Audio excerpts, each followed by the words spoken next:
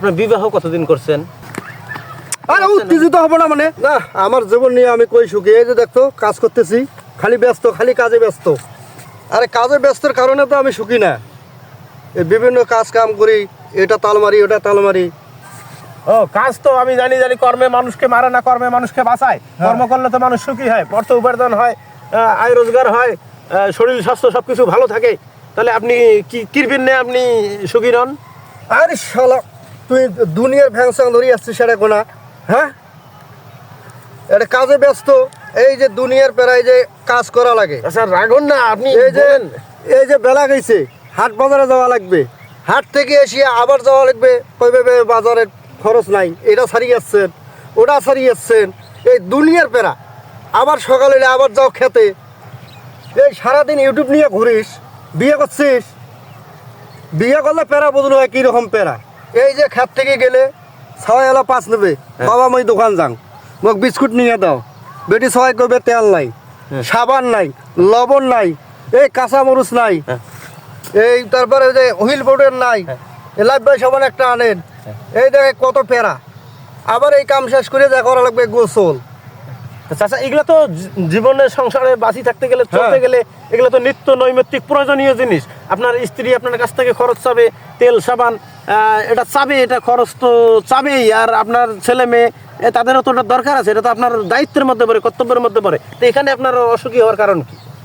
আরে শালা 1 কেজি আলু কিনবে যে দেখ, আলু বর্তমান বাজারে হলো 70-80 টাকা কেজি। টাকা কি বলদের বেড়ায়? টাকা কামাই করা লাগে না? তাহলে কেমনে সুখী হই?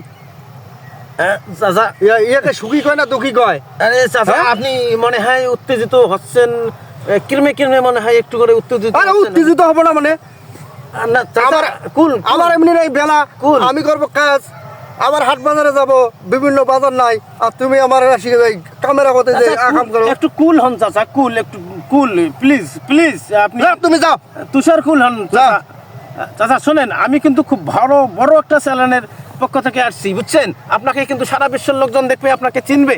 সেরকম যদি আপনার জীবনে এরকম কিছু থাকে তাহলে আপনি কিন্তু অনেক সাহায্য সহযোগিতা পাইতে পারেন। স্টারের মাধ্যমে কিন্তু আপনার সাহায্য সহযোগিতা করবে। চাচা লাস্ট একটা কোশ্চেন আমরা করি। আচ্ছা বলো, আপনার বিবাহ কতদিন করছেন? ধরেন 22-23 বছর। 22-23 বছরে আপনার ওয়াইফটা আপনার কাছে কি কোনোদিনও পুরনো হয় নাই? এখনো কি আপনার ওই আগের মতোই লাগে, যুবতী? তা কি মনে হয় তোমার? আমি তো চাচা বিয়ে শাদী করি নাই, আমি কেমনে কি বলবো? তুমি তো বিয়ে শাদী করো নাই, তাহলে তুমি বুঝবে কি?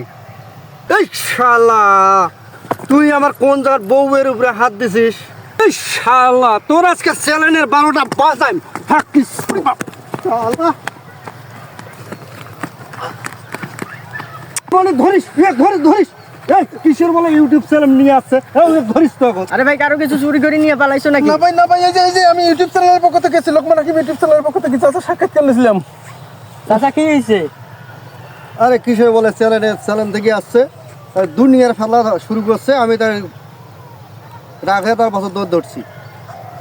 এই কারণে দৌড়িয়ে নিতেছে ভাই। আমি একটু ইউটিউবটা ট্রেন্ডিং করার জন্য, লোকমান হাকিম পেজটা একটু ট্রেন্ডিং করার জন্য আমি ওনাকে খালি জিজ্ঞেস করছি যে চাচা আপনার বিয়ে কতদিন হয়েছে? 22 বছর। করলাম যে 22 বছরে আপনার যে চাচি যে বাড়িতে আছে, এই চাচি কি আপনার আগের মতোই আছে নাকি এখন এই বৃদ্ধ হয়ে গেছে, না যুবতী আগের মতো লাগে?